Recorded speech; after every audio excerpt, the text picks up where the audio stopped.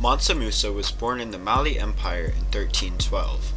He was born to a wealthy family, his dad being Fagale, a direct descendant of the first emperor of Mali. A lot of his early life wasn't recorded, but it's assumed that Musa had a high level of education, as his family was very wealthy and could afford private tutors.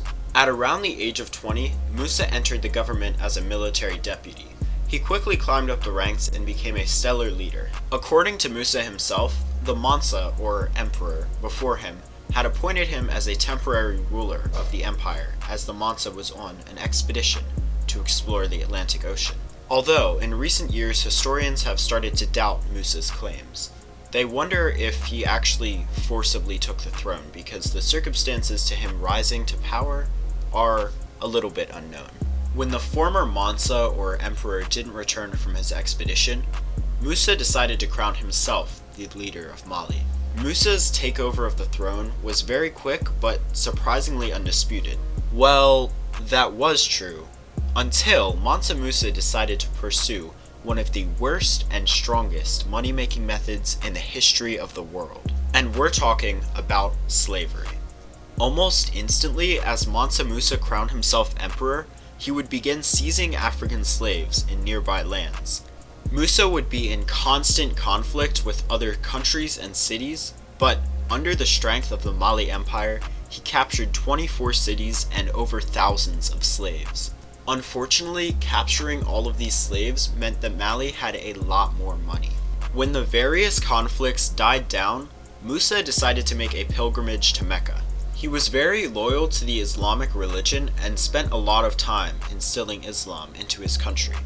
On his trip to Jerusalem, he left his son in charge and began a massive trip to Mecca. 60,000 people carried all of the riches he had obtained from the Mali Empire. On this massive procession, Musa reportedly gave a lot of his wealth to the poor, and every single Friday he was on his way to Mecca, he would build a mosque, or an Islamic church, to worship in.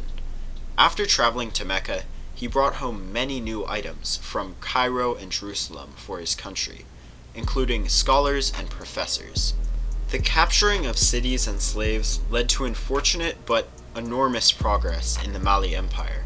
Musa would set up free education and generally invest in many of the programs and systems of technology and religion across Mali.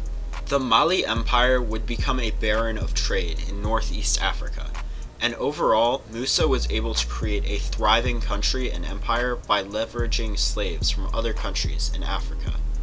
Mansa Musa made a lasting effect in the Mali Empire and countries around it.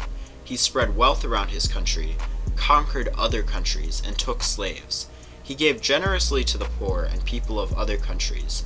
It's hard to tell if Mansa Musa was a good person or had a good legacy, but we always need to think about how society viewed things in the past. Slavery was more appropriate in that society, and Mansa Musa was trying to provide for his country by capturing slaves and expanding the empire. But that doesn't mean he needs to be seen in a positive or negative light. Slavery will always be a bad thing, and the fact that it happened was honestly terrible. But there are good things and bad things about everybody in history, and Mansa Musa is no exception.